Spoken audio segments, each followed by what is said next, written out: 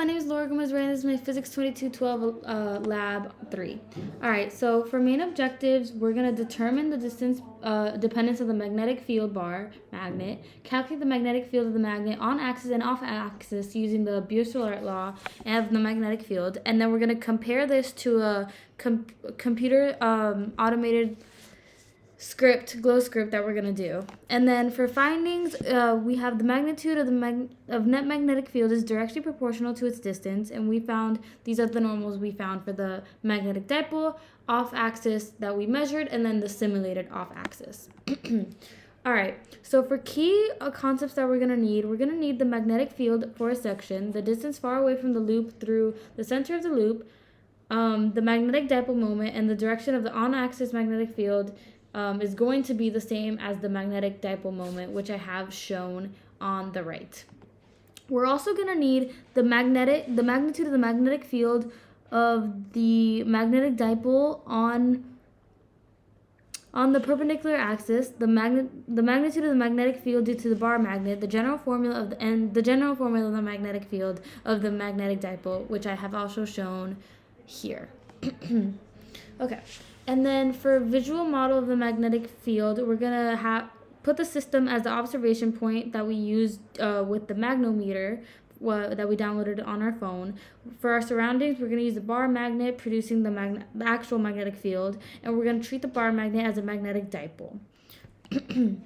All right, so these are the data analysis and results we got from Excel, so you can just take a look at it for a second. And then here we're going to have the data analysis and resorts. We're going to have the regression line from the data. The slope of the regression line is equal to n, and the y-intercept is equal to ln of k, which I have shown below. And then we're going to solve for k using Euler's constant and the exponential function.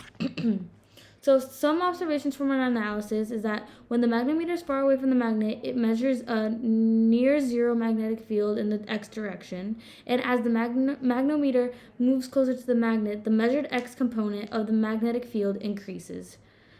All right, so now we have our first screenshot of the magnetic model, computer model, my bad. We're going to create a magnet at the origin and then add a function to create a magnetic field. And then here we see that we need to visualize the magnetic field, scale the arrows to fit the screen and distance, place it in an observation location for perp and on axis, and then draw the arrows to represent the magnetic field. And lastly, in this code, I put the magnetic field perpendicular to the axis, put the average perpendicular axis from the experiment, and then the observational location from the axis, and then drew an arrow to represent the magnetic field.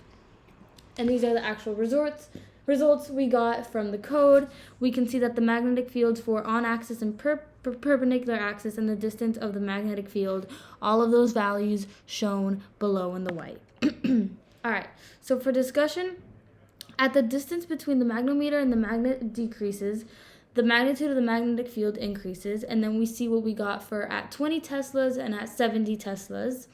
And we got the magnetic dipole moment and the experimental value of the magnetic field off axis. And then we got the simulated magnetic field off axis as well. And we can see between both numbers, the experimental and the simulated number, that there's an 86% difference in net magnetic field. All right, so where I could have gone wrong is that there could have been other nearby phones and devices that could have messed with the calculations, or a slight movement of phone during measurements because it can be very sensitive, and also surface inconsistency. Maybe the surface wasn't flat or I had messed up somewhere. Lastly, the what if questions. I'm just going to go ahead and answer based on order of questions. So for the first one, it would be that the measured magnetic fields would be different due to not accounting for the magnetic north, and that the x components would be different because the magnetic north would contribute to the magnetic field measurements.